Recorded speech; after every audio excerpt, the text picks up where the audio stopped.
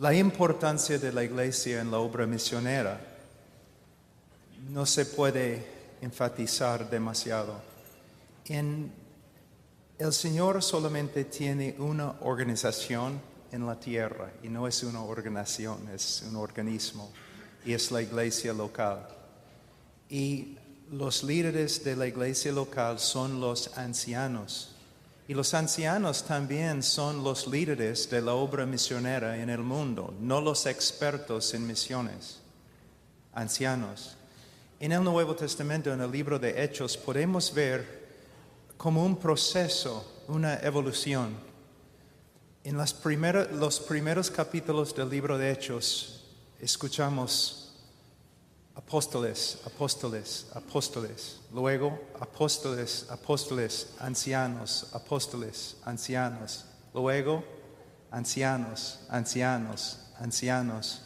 Y es muy interesante que en los viajes misioneros del apóstol Pablo, en Hechos 13:2, mientras ministraban al Señor y ayunaban, el Espíritu Santo dijo: apartadme a Bernabé y a Saulo para la obra a la que os he llamado, la obra misionera de la iglesia en Antioquía. Entonces, Pablo, siendo apóstol, fue enviado a la obra misionera por medio de una iglesia. Y es interesante que cuando regresó, después de su primer viaje, en capítulo 14 dice: cuando llegaron y reunieron a la iglesia, informaron de todas las cosas que Dios había hecho con ellos y cómo habría abierto a los gentiles la puerta de la fe. El epicentro de la Gran Comisión no es una organización misionera, es la iglesia local y sus ancianos. Vamos a saltar a otro tema. Michael, perdón. ¿puedo Sí, decir vamos algo? a volver a ese tema. Es que estaba pensando, quizás hay algunos aquí, pastores, que dicen, bueno, yo sé quiénes son los miembros de mi iglesia, aunque yo no tenga ninguna lista, porque son los que asisten normalmente. Pero es que no la membresía, sino ser miembro de una iglesia es un poco más que simplemente asistir a una iglesia cada domingo. Es hacer un compromiso que se exprese de manera explícita o no, pero es un pacto. Hay un pacto que hace el miembro con esa congregación. O sea, no se trata simplemente de que yo asisto a una iglesia, porque hay creyentes que de hecho asisten a una iglesia un domingo, asisten a otro domingo y creen que eso está bien. No, eso no está bien. Eso no está bien. Uno tiene que comprometerse con una iglesia local. Y es ese compromiso lo que hace la diferencia entre un miembro y uno que no lo es. Entonces, no asuma, pastor, que estás aquí, que porque una persona visita tu iglesia, ya la puedes considerar un miembro de la iglesia. Porque tal vez ni siquiera puedes ponerlo en disciplina, por ejemplo. No puedes hacerlo porque esa persona no ha hecho ningún pacto de compromiso con tu iglesia local. Hermano, tengo que decir algo. Sí, eso está bueno. Y ya no más después de esto, ya. Pero hermanos, cada vez que oramos, los pastores, los ancianos en mi iglesia o los que trabajan conmigo en la misión, siempre oramos: Señor, aumenta nuestro temor de ti. Una persona no solamente tiene que hacer un compromiso con la iglesia para ser miembro, pero los pastores, los ancianos, hacen un compromiso con el miembro. Y un día, pastor, tú vas a ser juzgado ante el tribunal de Cristo por su cuidado de todos los hermanos en la iglesia. Yo escucho a muchos pastores hablando, jactándose de cuánto aman la iglesia. Pero después de observar, yo veo que muchos aman sus ministerios en la iglesia, pero no aman la iglesia. ¿Tú amas la iglesia A la misma medida que tú amas la persona más difícil en la iglesia que no puede contribuir a tu visión. Me arrepiento.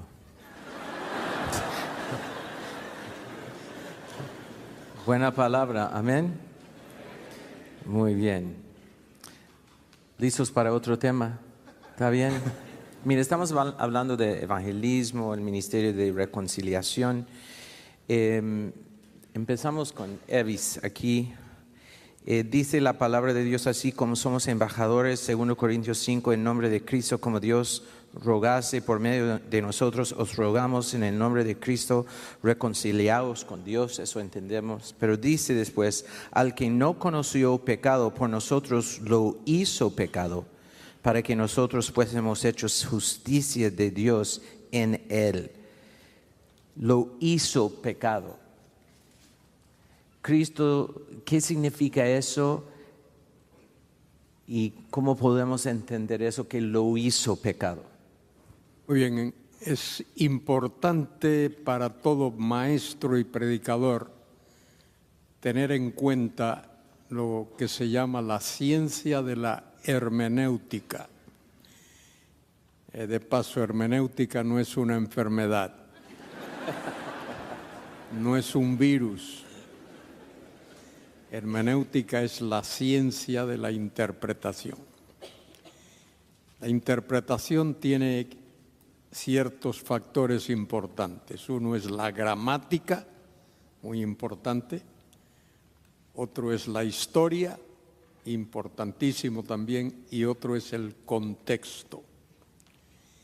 Y hay otro que es muy importante que se pasa por alto, que es la función. Una palabra puede ser un nombre, un adverbio, un verbo, un adjetivo, todo eso, un caso, lo que fuese, pero es importante que cuando uno dice este verbo sepa decir qué función tiene. Importante, pastores, acordaos de esto. Si no, las esposas de los pastores que se lo recuerden al pastor. Acuérdate la función. Cuando dice el texto, al que no conoció pecado, por nosotros fue hecho, dice pecado, pero la función de esa segunda expresión, pecado, es ofrenda por el pecado. Esa es la función de esa expresión. De manera que el versículo técnicamente debería de leerse así: al que no conoció pecado, por nosotros fue hecho ofrenda por el pecado. Esa es la función de esa explicación, de esa palabra. Cristo en la cruz fue hecho ofrenda por el pecado.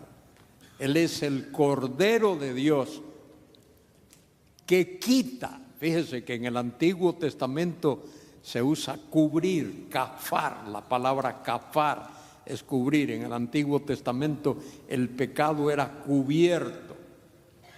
En el Nuevo Testamento el pecado es la palabrita griega airo, levantar, que quita el pecado del mundo. Y hay una gran diferencia, de manera que acordaos de la función de la palabra. Ahí es: Cristo fue hecho ofrenda por el pecado. Tal como en el Antiguo Testamento se hacía la ofrenda de la expiación, Cristo es la ofrenda por el pecado, particularmente y concretamente de los redimidos del Señor, los escogidos del Señor, esos que Él desde la eternidad conoció y llamó. Y eso es lo que hay. ¿Alguien más quiere añadir? Usando las palabras correctas del real lenguaje de español, por favor. Sí, es que temo hablar. Temo hablar. Sí, afirmando lo que dice nuestro hermano la palabra allí que se traduce pecado es hamartía, y en la Septuaginta, cuando traduce la palabra ofrenda de pecado, es la palabra que se usa. Y es importante afirmar eso porque hay tantos falsos maestros en nuestros tiempos que enseñan que Cristo fue hecho pecador, ¿no? Y esto no es bíblico, y la primera frase es lo que afirma lo contrario. Cristo no conoció pecado, ¿no? Sino que Dios lo trató como fuese pecador, como ahora nos trata como justos. Quizá, Michael, hay dos palabras en el Nuevo Testamento, por lo menos dos, hay otras, pero hay dos muy importantes que se traducen conocer. Hay una palabrita que es la que se usa ahí, ginosko, que es conocer por experiencia. Cristo no conoció pecado por experiencia, porque Él nunca pecó. Pero hay otra palabra, que es la palabra oida, que es conocer teóricamente, vamos a decir así, conocer en teoría, el aspecto teórico de lo que significa. Por supuesto que el Señor teóricamente sabe, conoce lo que es pecado, pero Él no experimentó, no lo conoció por experiencia. Él es el sin pecado, y lo dice allí cuando Él desafió a aquellos y le dijo: ¿quién de vosotros me redarguye de pecado? ¿Por qué? Porque Él era el impecable, es el impecable Salvador, el impecable Dios, el Dios que no puede pecar, lo dice allí por la epístola a los Hebreos, creo que es capítulo 5, el que no puede pecar. Entonces tenemos que hacer esa diferencia. Y de paso, aquí que ningún predicador se excuse y diga: bueno, yo no sé griego, yo no sé hebreo, no puedo. No, hoy hay herramientas. Hoy tenemos muchas herramientas que uno no tiene que saber, ni el hebreo ni el griego, gramaticalmente, para apelar a ese conocimiento. Ese conocimiento está al alcance de todo el que sepa leer. Todo lo que tienes que saber es leer y querer leer y leer. Y te entera. Quizás uno de los logros más grandes de nuestro Señor Jesucristo fue su vida perfecta. Nosotros, citando Westminster, las confesiones bautistas, no, que el pecado es falta de conformidad a la voluntad de Dios. Pero podemos verlo con una claridad más grande si vemos lo que dice aquí a la luz del mandamiento más grande. Amarás al Señor tu Dios con todo tu corazón, con toda tu alma, con toda tu mente, con toda tu fuerza. Desde Adán, los 1,000 millones de seres humanos que han vivido en la tierra, entre ellos, ninguno de ellos, por ni un segundo, ninguna persona en toda la humanidad por un segundo ha obedecido perfectamente este mandamiento. Y lo que la humanidad no pudo hacer, toda la humanidad, un segundo, Cristo logró toda su vida. Es la razón por la cual Él es nuestro hermano mayor, el héroe. Es magnífico, es más allá que las palabras son útiles en español o inglés o griego o hebreo. Otra cosa, Él llegó a ser una ofrenda por nuestro pecado, pero estoy totalmente de acuerdo, pero tenemos que tener cuidado que no lo vemos como algo impersonal. Nuestro pecado fue imputado a Cristo. Esto no significa que su naturaleza se corrompió. Aún en la cruz llevando nuestro pecado, todavía Él era el Cordero sin mancha. Pero el dolor de llevar nuestro pecado y la culpa le afectó tremendamente. Y un sufrimiento indecible.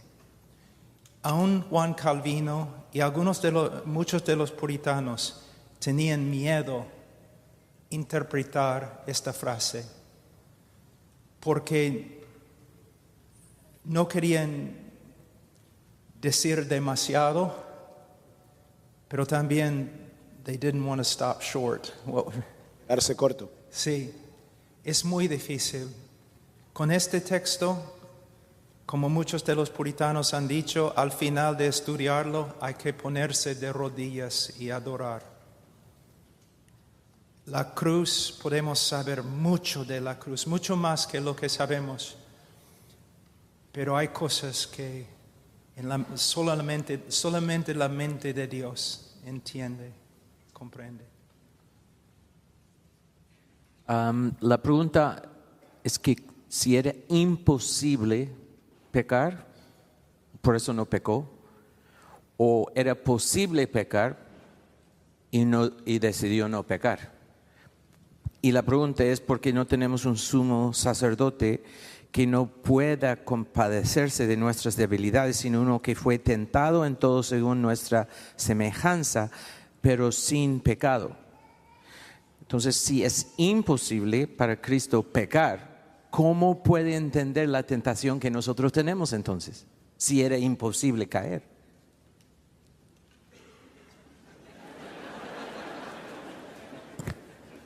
Bueno, hay los teólogos utilizan ciertas frases, a veces del latín, del griego, lo que acaba de decir Michael. ¿Podía Cristo pecar?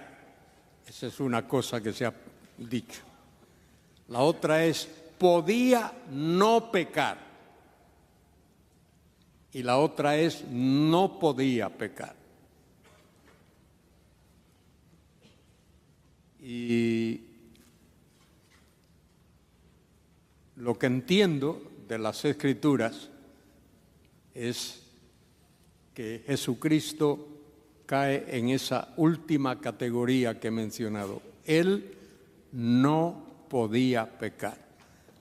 No es que no podía pecar, que podía no pecar. Posse non peccare, dice el latín. Posse non peccare, podía no pecar. Yo creo que eso es erróneo, falso también. Él no podía pecar, porque Él es Dios desde la eternidad a la eternidad.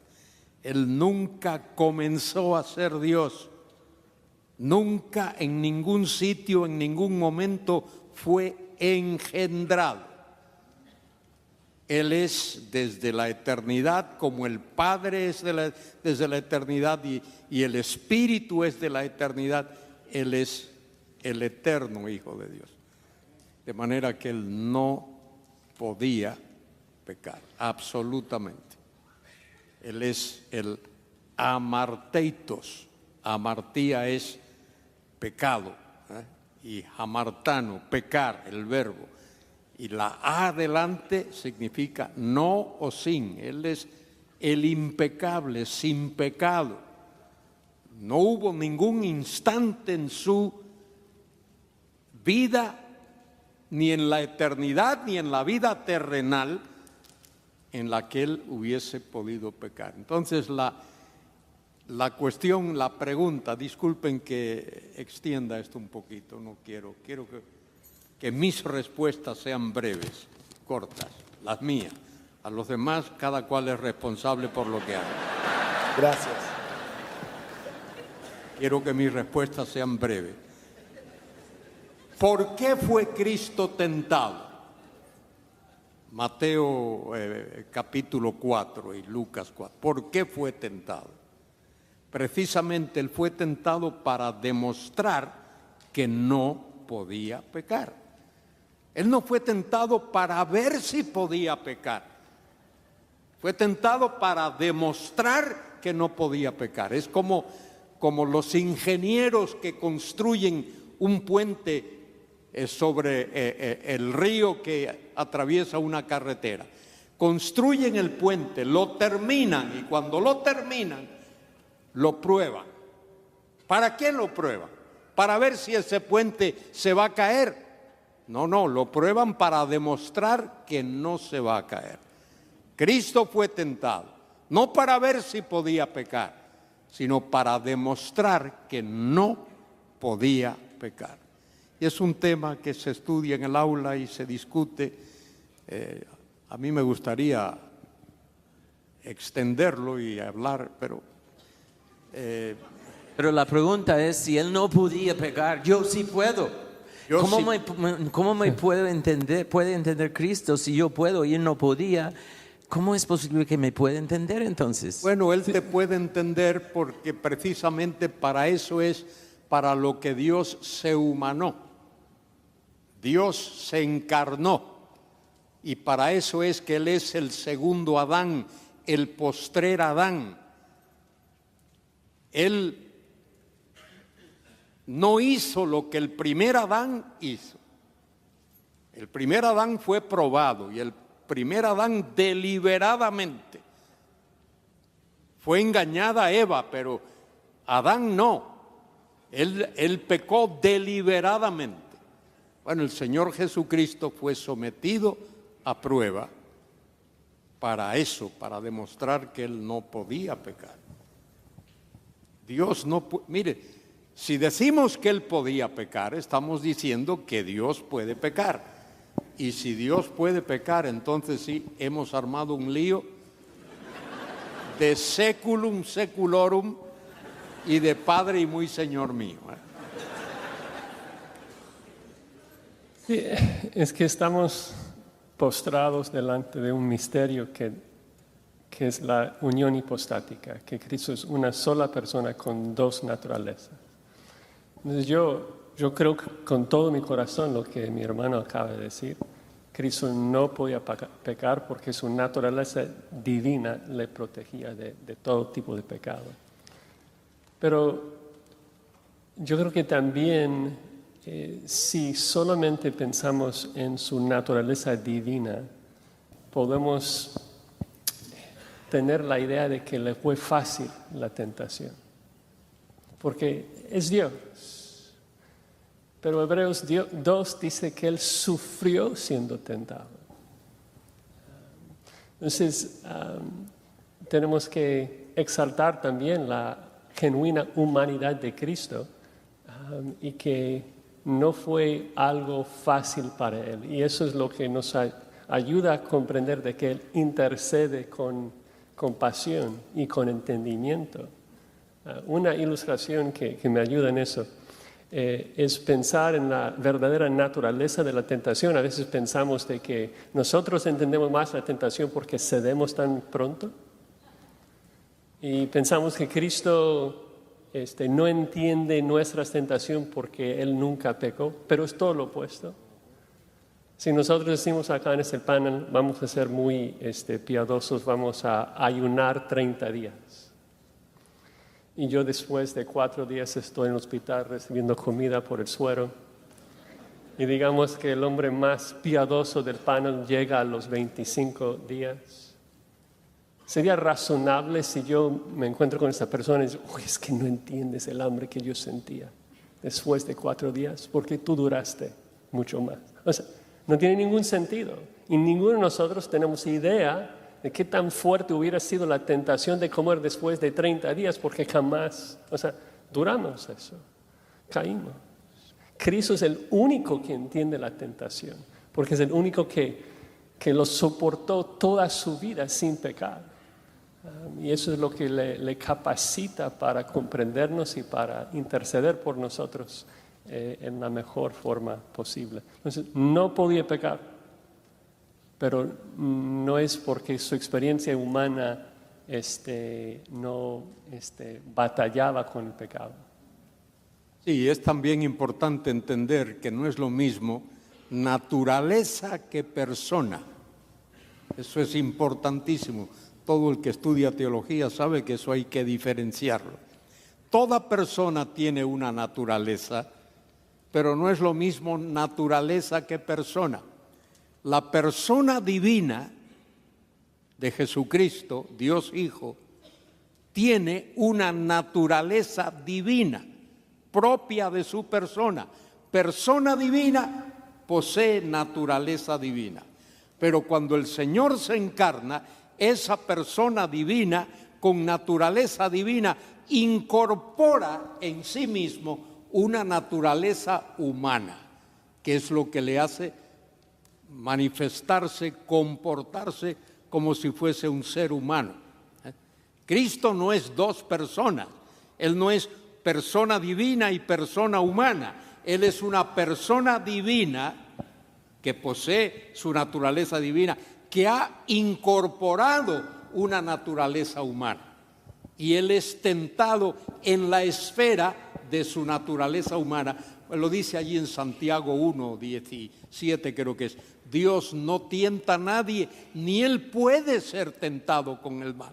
De manera que Cristo no fue tentado como Dios, Él fue tentado en la esfera de su naturaleza humana, de su humanidad. Dios no puede ser tentado.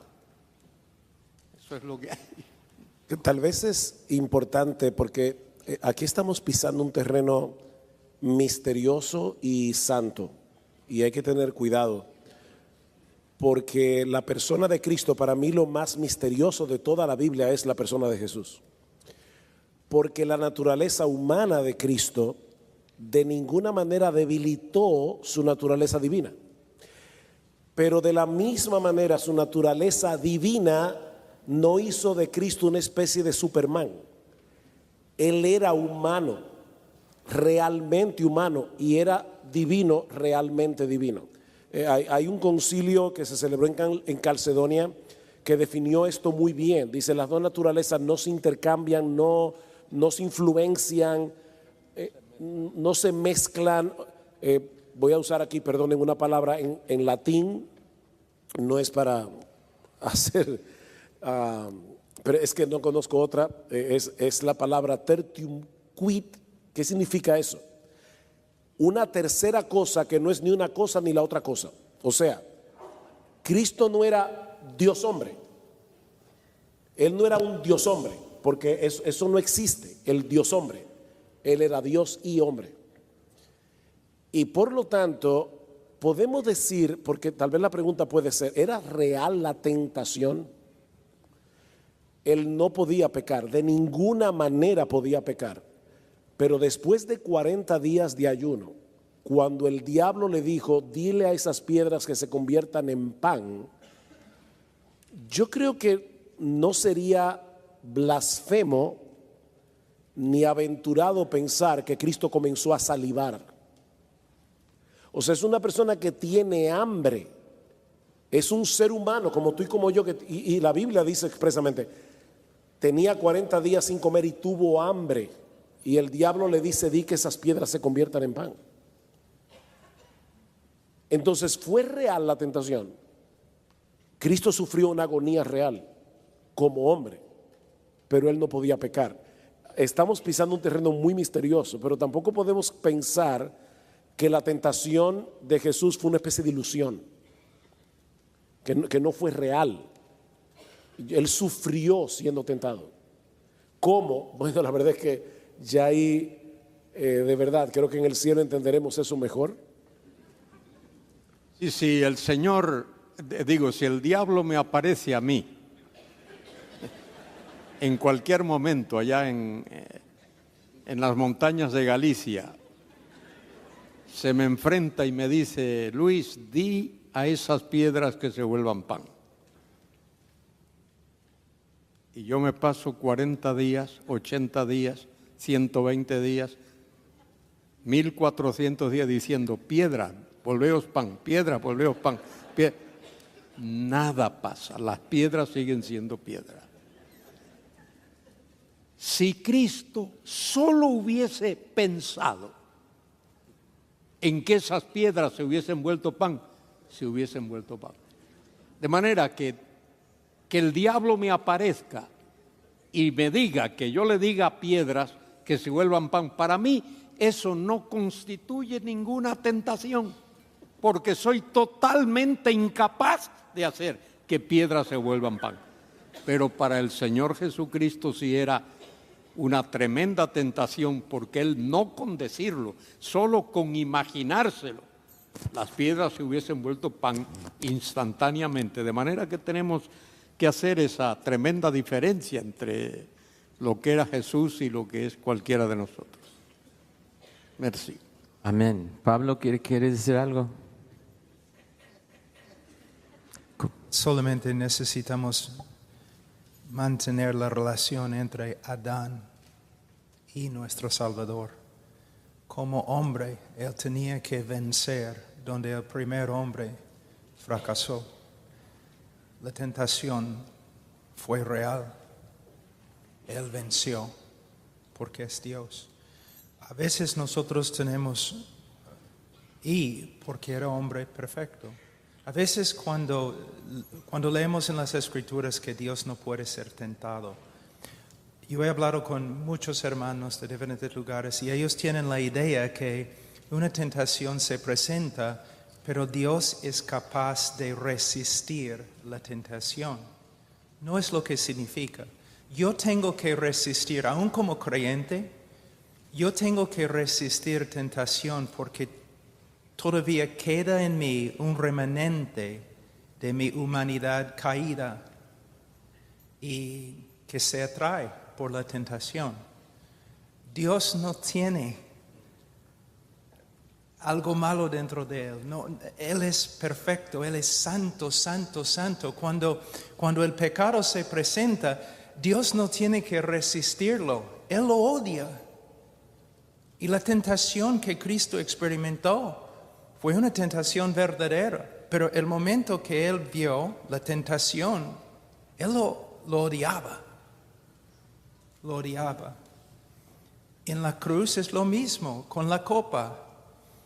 Él reaccionó al principio, que esta copa pase, no quiero tomarlo, pero es simplemente cualquier ser humano, perfecto, cuando está enfrentado con un sufrimiento tan terrible, su reacción natural debe ser, ¿es correcto? No, pero sí, porque es tu voluntad. Él es nuestro hermano mayor, Él ha triunfado en todo, y Él está sentado a la diestra de Dios y nos representa. Es suficiente, hermano. Una pregunta acerca de lo que es la justicia social, social justice hoy en día en nuestro país de Estados Unidos, la mayoría son de Estados Unidos.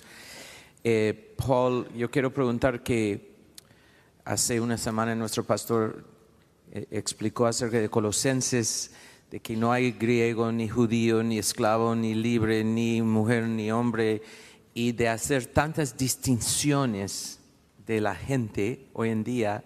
Estamos incorporando en la iglesia ese sistema del mundo cuando Dios en Cristo somos uno. Entonces, ¿cuál es tu exhortación para la iglesia hoy en día acerca de lo que está capturando tanta la atención de tantos jóvenes, especialmente pastores, en la justicia social de hoy? La historia ha demostrado que todos los sistemas, teorías de los hombres, intentando de lograr una unidad entre las naciones, todo fracasa.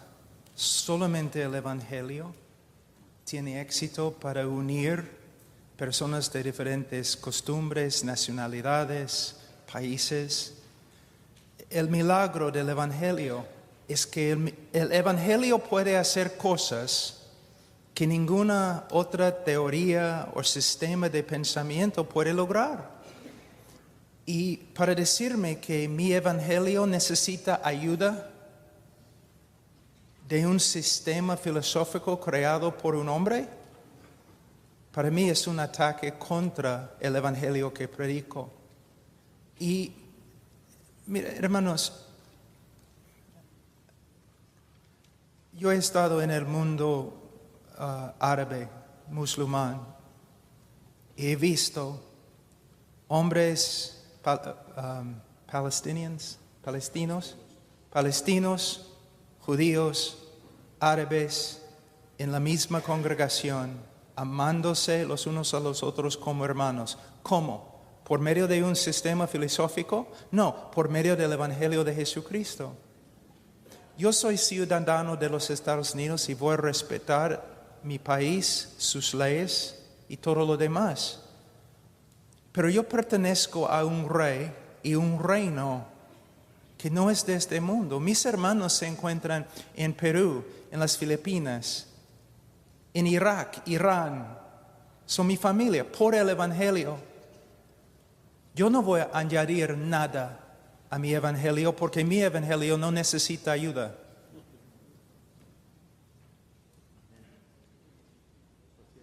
Define justicia social. Sí, defíneme con justicia. el Real Diccionario Español. Bueno, cualquiera, no posiblemente, importa. Pablo, tú puedes, o Sugel, Josías, este problema que hay en el mundo hoy en día que estamos exportando a otros países de lo que es la justicia social, social justice. Quiero una definición, que me defina alguien qué es justicia social. Yo soy lo que hago preguntas y no sé qué está haciendo Evis. Él tiene que tener las respuestas. Pablo. ¿Estás preguntándome una definición de justicia social? Hermano, lo siento, pero hay 3.4 mil millones de personas en el mundo que nunca han escuchado el Evangelio. No me he metido en este asunto y no voy a hacerlo.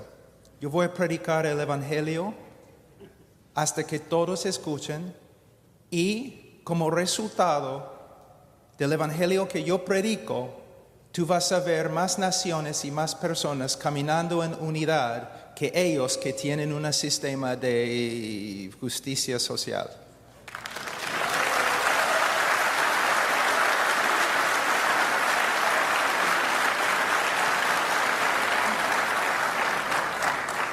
Pero Evis todavía tiene la pregunta, ¿qué es justicia social? ¿Cómo podemos a una persona como Evis o otros que están aquí, de qué están hablando? Lo que pasa es que tenemos que contextualizar hoy lo que algunos están llamando justicia social, porque ¿creemos nosotros como cristianos en la justicia social? Y la respuesta es sí, porque soy cristiano. ¿A qué yo me refiero? Bueno, el hecho de que por el hecho de ser transformado a la imagen de Dios, nuestro Dios es un Dios que ama la justicia. Y por lo tanto yo debo aborrecer la opresión, yo debo aborrecer el racismo, yo debo aborrecer la esclavitud, porque soy cristiano, simplemente. Pero cuando hablamos de justicia social, estamos hablando de un movimiento. Y ahí es donde la pregunta entra. Creo que es lo que don Evis quiere, una definición del movimiento de justicia social tal vez. Y nosotros no estamos a favor del movimiento. O sea, nosotros creemos que como creyentes debemos predicar. Si yo estoy predicando de un texto como el de Colosenses, yo voy a decirle a mis hermanos en mi iglesia que está mal que un rico discrimine a una persona porque es pobre. Y está mal que un pobre tenga prejuicios contra un rico, porque yo creo que el prejuicio es de ambas partes, tenga prejuicios contra el rico simplemente porque es rico, porque la manera como Dios se glorifica en la iglesia es mostrando un tipo de unidad que es evidente que solo la puede hacer el Espíritu Santo. En un club social la gente se une por intereses comunes.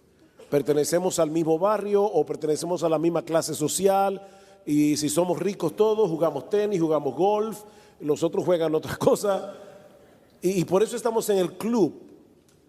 Pero lo que hace de la iglesia, una institución que glorifica a Dios. En Efesios 3, 20 al 21 dice: a Él sea gloria en la iglesia, en Cristo Jesús, por todos los siglos. La iglesia es el lugar donde la gloria de Dios brilla en el mundo más intensamente que en ningún otro lugar.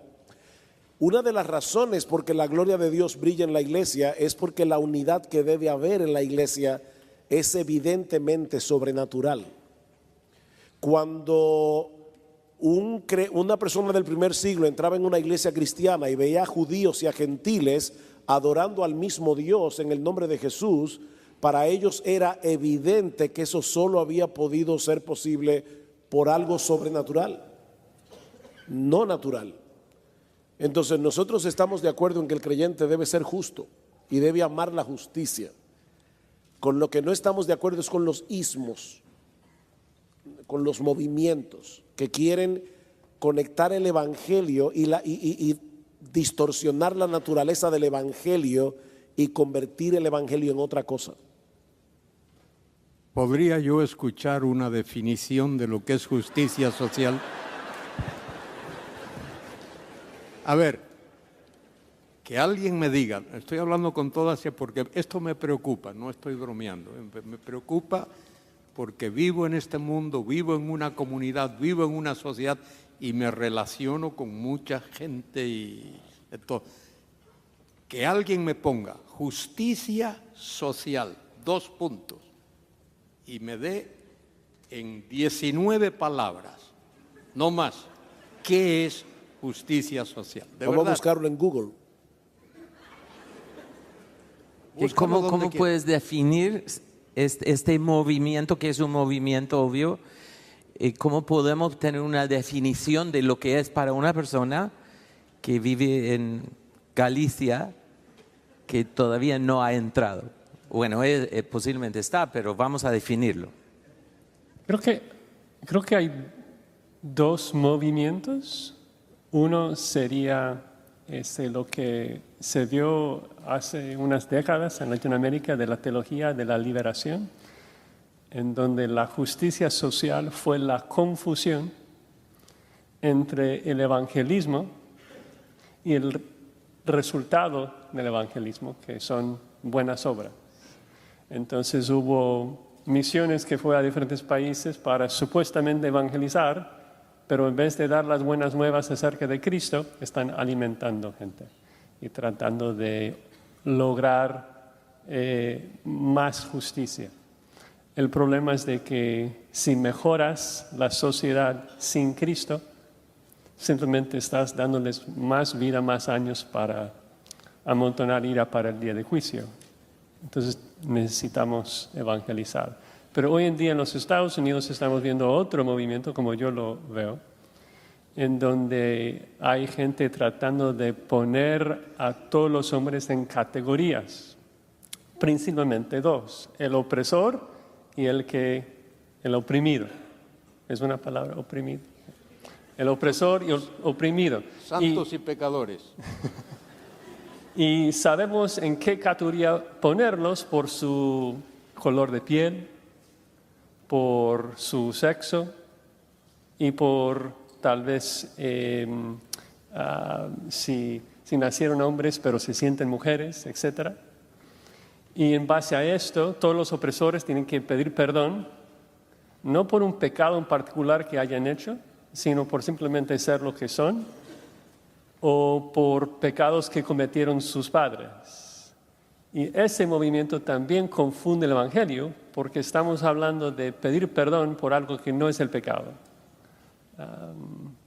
Así entiendo esos 2 movimientos. Hermano, de verdad, Fue más de 19 palabras, perdón.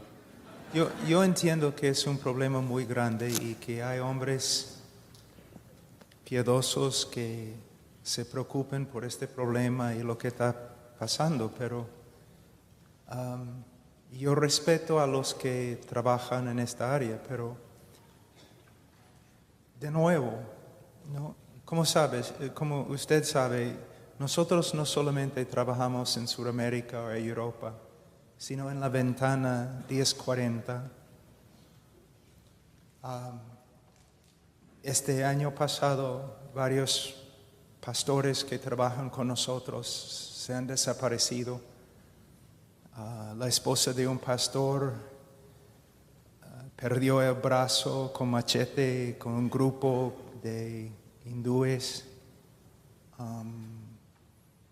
Misioneros deportados, interrogados por los militares. Yo aprecio el problema, pero yo no puedo hablar mucho del problema porque vivo en otra realidad. Trabajo diariamente con hermanos y hermanas que están sufriendo en la cárcel, muriendo. Y son mi familia. Algunos, su piel, por supuesto, diferente que la mía. Y además los 3.4 mil millones de personas fuera del alcance del Evangelio. Y ahora me parece que el mundo evangélico en el oeste de nuevo está mirando adentro. Está mirando adentro. Y claro, yo no entiendo todos sus problemas y soy el hombre que soy. Quizás he tenido privilegios, no sé, yo nací en una pequeña hacienda trabajando con vacas, no sé cuál fue mi privilegio, pero nosotros tenemos, el hermano Sugel predicó sobre la Gran Comisión. Yo quería correr de aquí, regresar a Virginia, a Heartcry y empezar a hacer algo. Mil millones de personas que no tienen el Evangelio. Hermanos nuestros en norte de Corea, que están muriendo en la cárcel. Hermanitas que yo he enseñado en Irak y Afganistán y lugares que nunca van a casarse, van a vivir una vida de pobreza porque son cristianas. Yo sé que personas tienen que pelear estas batallas, pero yo no soy una de estas personas. Yo tengo otra batalla que tengo que pelear y es para mi familia en Cristo. Entonces, en el tiempo que tenemos todavía, me gustaría saber de cada uno de ustedes. Ustedes viajan, hablan a muchas iglesias, muchas personas. Y me imagino que cada uno tiene una diferente perspectiva, pero ¿cuál es la palabra, la exhortación que ustedes creen que la iglesia, porque la iglesia está aquí, está escuchando en línea, la exhortación que la iglesia necesita hoy en día? ¿Qué más han visto ustedes? Cada época, cada generación, obviamente tenemos que volver al Evangelio, pero hoy en día, ¿cuál es la necesidad que ustedes han visto que Dios ha mostrado que la iglesia realmente necesita hoy?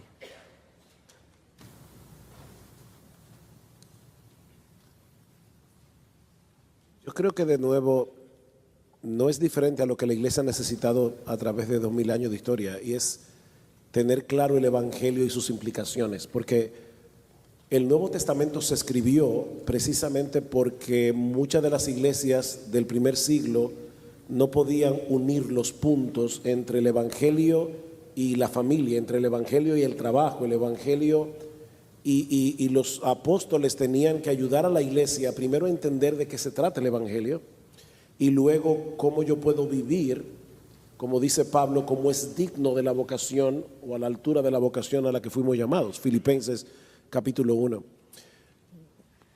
Yo viajo mucho sobre todo por América Latina más que cualquier otro lugar. Paul tal vez tiene un panorama mucho más amplio porque viaja, y el hermano Evis Carballosa por igual. Mi círculo en ese sentido de entendimiento es más estrecho, pero lo que yo he visto en América Latina es precisamente una mala comprensión en algunos lugares de lo que el Evangelio realmente es, lo cual hace que se promueva el legalismo.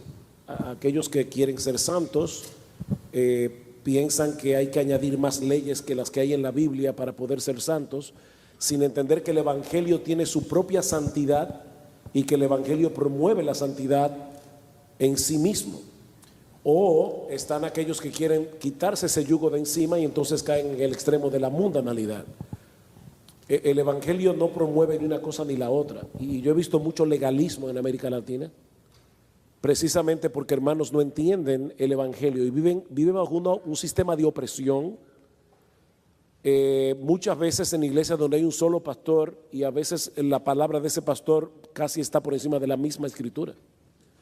Entonces tiene que haber, por un lado, pastores que enseñen lo que dice este libro y no sus propias opiniones.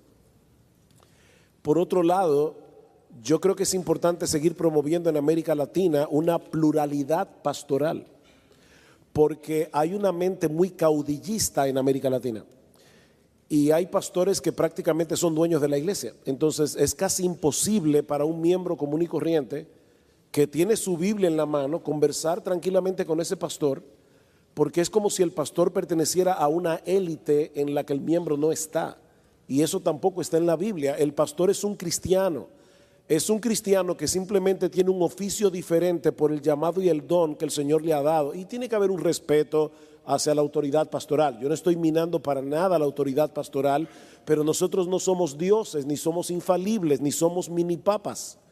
Nosotros somos personas que tenemos autoridad siempre y cuando permanezcamos bajo la autoridad de este libro. Tan pronto yo me vaya por encima de la autoridad de este libro, yo perdí toda autoridad. Yo no tengo autoridad más que decir lo que este libro dice. Entonces yo creo que tenemos que seguir promoviendo en América Latina que se predique más, que se predique, punto. Lo que dice este libro no son mis opiniones, es lo que dice Dios en su palabra. Sea Dios veraz y todo hombre mentiroso. Y no podemos apartarnos ni a derecha ni a izquierda de lo que dice este libro. Una de las cosas que nosotros le decimos a nuestros hermanos en la iglesia es: ustedes tienen la responsabilidad de defender el evangelio, no solo nosotros. ¿Y de dónde yo saco eso? De Gálatas capítulo 1 versículo 6. Pablo está escribiendo una carta a una iglesia y le dice a esa iglesia: si aún nosotros o un ángel del cielo os predicar un evangelio diferente del que os hemos anunciado, sea anatema. Y nosotros le decimos a nuestra iglesia: hermanos, ustedes tienen la responsabilidad de que si alguno de sus pastores se desvían y comienzan a predicar algo diferente de lo que dice este libro, ustedes tienen que sacarlo del púlpito. Esa es vuestra responsabilidad. Ustedes tienen que conocer lo que dice este libro, no solamente nosotros como pastores. Romanos capítulo 16, os rogamos, hermanos, no dice pastores, que os fijéis en los que causan divisiones y tropiezos en contra de la doctrina que vosotros habéis aprendido, la doctrina apostólica, y que os apartéis de ellos. Amén.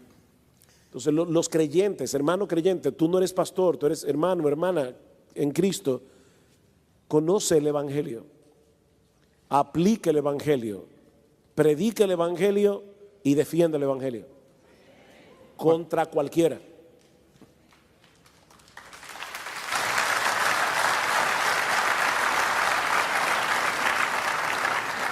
Dicen que un padre un día le decía a su hijo: hijo, tienes que ir a la iglesia. Hijo, tienes que ir a la iglesia. No, papá, que mira. Sí, hijo, tienes que ir a la iglesia. Papá, dame razones de por qué tengo que ir a la iglesia. Hijo, porque ese es el sitio donde uno tiene que ir. Y, hijo, yo soy tu padre. ¿Quién mejor que yo te puede dar un buen consejo? Y además, hijo, tú eres el pastor.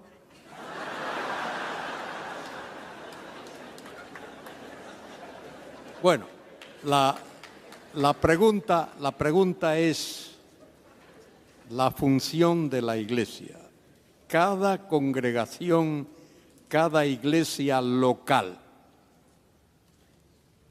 tiene la responsabilidad de dar a conocer a Cristo a la comunidad donde está situada. Eso es importante. Cada congregación local es como un faro, como una antorcha, es como una luz que alumbre, que debe alumbrar allí en su congregación, en su comunidad local. Y creo que lo dije anoche aquí. La iglesia, mire, tiene 3 funciones primordiales. Y búsquenlo en la Biblia, búsquenlo en el Nuevo Testamento, a ver si es así o no.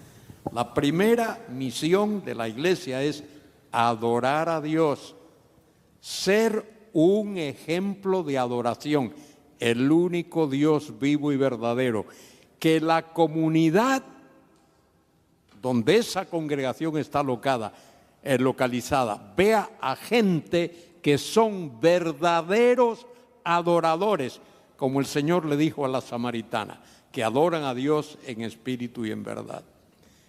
La segunda función o misión de la iglesia es el amor mutuo, que cada hermano se edifique y se cuide y se proteja el uno al otro, de manera que la comunidad vea eso y diga, ¿y por qué se comportan así? Porque es gente que ama a Cristo. Y la tercera función de la iglesia es predicar el Evangelio, y no hay más. La iglesia no tiene otra función según las Escrituras. No hay otra función, y esa es la responsabilidad, como acaba de decir Sugel, proclamar el Evangelio de Cristo con todas sus implicaciones, como adoradores, como gente que tiene una comunión especial, íntima, una verdadera hermandad. Mirad cómo se ama a esta gente. Eso es lo que la comunidad debe de decir cuando mire al pueblo de Dios.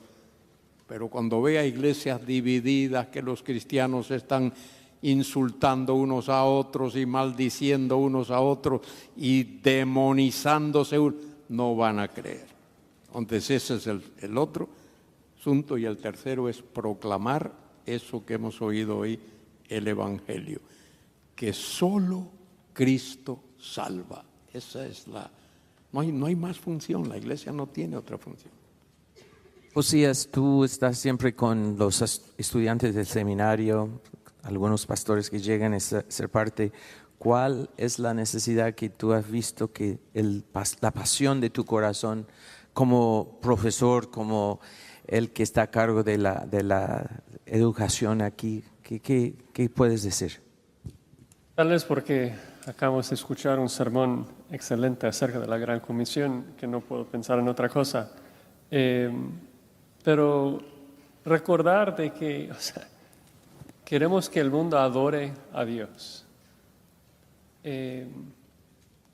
Y la forma que lo vamos a hacer es haciendo discípulos.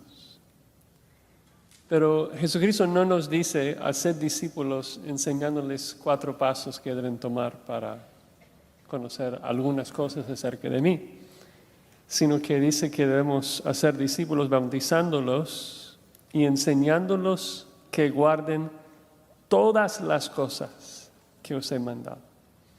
Es decir, de que tenemos el deber de enseñar todo este libro, porque queremos de que el mundo entienda quién es el Dios que deben de adorar.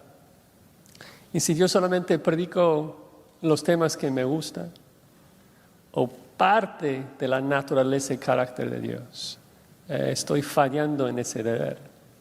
Y esto aplica aún en mi propia vida, de que el Espíritu Santo, de acuerdo a Pablo en 2 Corintios 3:18, dice de que mientras miramos las glorias de Cristo en la Escritura, el Espíritu Santo nos transforma de gloria en gloria hacia esa imagen. Entonces, si yo solamente me expongo a cierta parte de la Escritura que me gusta, es porque no anhelo ser totalmente transformado a la imagen de Cristo. Mi oración diaria debe ser: Señor, haz que sea necesario para transformarme a la imagen de Cristo. Ayúdame a buscarlo en la Escritura. Y si eso requiere disciplina, prueba, no importa, porque yo anhelo ser como mi Señor. Y debo hacer eso en mi vida y debo comunicar esto con el mundo también, porque al final de cuentas lo que queremos es ser una esposa para nuestro Cristo.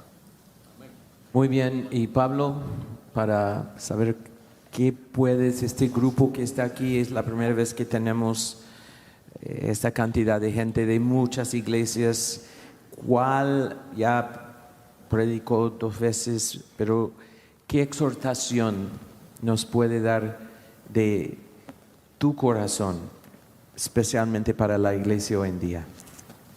La suficiencia de las Escrituras y el temor de Jehová. Hay un texto y yo me encuentro predicando este texto en todos lugares. Es tan importante. Es en 1 Timoteo capítulo 3. Voy a leer, simplemente leer. Pablo dice a Timoteo: te escribo estas cosas esperando ir a ti pronto, pero en caso que me tarde, te escribo para que sepas cómo debe conducirse uno en la casa de Dios, que es la iglesia del Dios vivo, columna y sostén de la verdad. La iglesia pertenece a Dios. Nosotros no tenemos ningún derecho de cambiar ni el detalle más pequeño de lo que Él ha mandado en su escritura con respecto a la iglesia. No tienes, pastor, ningún derecho de tocar la esposa de Cristo. Tú eres mayordomo, nada menos y nada más. Un día vas a pararte, vas a estar de pie ante el tribunal de Cristo. ¿Cómo puedes saber hoy? ¿Cómo puedes tener confianza hoy que estarás bien con respecto a tu ministerio? Pablo nos dice, para que sepas, dice, te escribo para que sepas cómo debe conducirse uno en la casa de Dios. Si tú temes a Jehová, si tú crees que vas a ser juzgado un día conforme a tus obras en tu ministerio, entonces, si tú crees, tú tienes que preocuparte. ¿Estaré bien? Hay solamente una manera de saber. Es por medio de guardar las Escrituras. No inventar nuevas ideas o estrategias. Simplemente someterte a lo que está escrito. Si no está escrito en la Escritura, no lo hagas. Si está escrito en la Escritura, hazlo con toda tu fuerza. Muchas iglesias en el día de hoy, aun las iglesias que se dicen bíblicas, no son bíblicas. No se conforman a los decretos que el Señor nos ha dado con respecto a su iglesia. Moisés en Hebreos 8 dice, hablando del tabernáculo, los cuales sirven a lo que es copia y sombra de la casa celestial, a las cosas celestiales, tal como Moisés fue advertido por Dios cuando estaba a punto de erigir el tabernáculo. Pues dice él, Dios dice, mira, haz todas las cosas conforme al modelo que te fue mostrado en el monte. Si tú me dices que crees en la inspiración de Dios, no me impresiona. Si tú me dices que crees en la infalibilidad, la inerrancia de las Escrituras, no me impresiona, porque no significa nada a menos que también practiques la suficiencia de las Escrituras. Y a veces yo he hablado a los hermanos reformados y yo he dicho, yo conozco arminianos que son más reformados que ustedes. Se enojen, por supuesto. Pero ¿qué quiero decir? Ser parte de la historia de la reformación no significa que simplemente has aceptado intelectualmente la doctrina del calvinismo. La reforma tenía que ver con sola escritura. Los reformadores no querían ser reformadores, simplemente querían ser bíblicos. Ellos estudiaron la Biblia para ver lo que la Biblia decía acerca de cada aspecto de nuestra vida. Dios me ha dado mandamientos inmutables con respecto a mi matrimonio. No puedo quitar, no puedo añadir. Él ha hecho lo mismo con respecto a la iglesia, con respecto a mis niños, con respecto a mi manera de manejar mis finanzas, mi ropa, mi actitud, mi disposición, mis actos, todo. Hermanos, no es suficiente conocer las Escrituras. Es aplicar las Escrituras. Y como pastor, especialmente en cuanto a la iglesia local, voy a tratar de terminar con una ilustración, pero va más allá que mi español. Imagínate que eres mayordomo de un rey, el gran rey, y él va a ir a un viaje muy largo, y él te encomienda su esposa, que él ama, y con su esposa varias reglas, decretos, instrucciones, cómo vestirla, cómo alimentarla, cómo bañarla, cuidarla, todo. Entonces él sale, pero después de muchos años tú comienzas a ver que la gente ahora no es leal al rey, ¿no? Y en el día de hoy ya no presta mucha atención a su reina, a su esposa, porque ella es muy old fashioned, no de modo, fuera de modo, y anticuada. Y entonces el mayordomo, como algunos de ustedes ya han hecho, algunos de ustedes ya han cometido ese pecado. El mayordomo comienza a pensar, bueno, el pueblo ya está extraviándose del rey, no es leal. Tengo que hacer algo para jalar al pueblo de nuevo, para que tenga interés en el rey. Yo sé lo que voy a hacer. Voy a cambiar su vestido de una mujer muy elegante a una mundana. Voy a pintarle los ojos.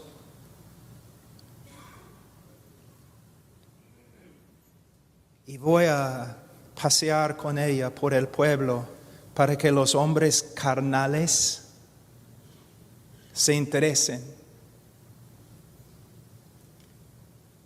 Yo te digo, pastor, en el día que Cristo regresa, no debes tener miedo por los ateos. Debes tener miedo por los pastores que han hecho exactamente lo que yo he descrito en este momento. Es una cosa terrible ser mayordomo de una esposa. Cuando yo vivía en Perú durante la guerra civil, muchas veces yo tuve que ir en la selva en lugares horribles, donde a veces los militares te maltratan, un montón de cosas. Mi esposa no pudo ir conmigo. ¿Por qué? Si me sacan del bus y me empujan y me gritan, me insultan,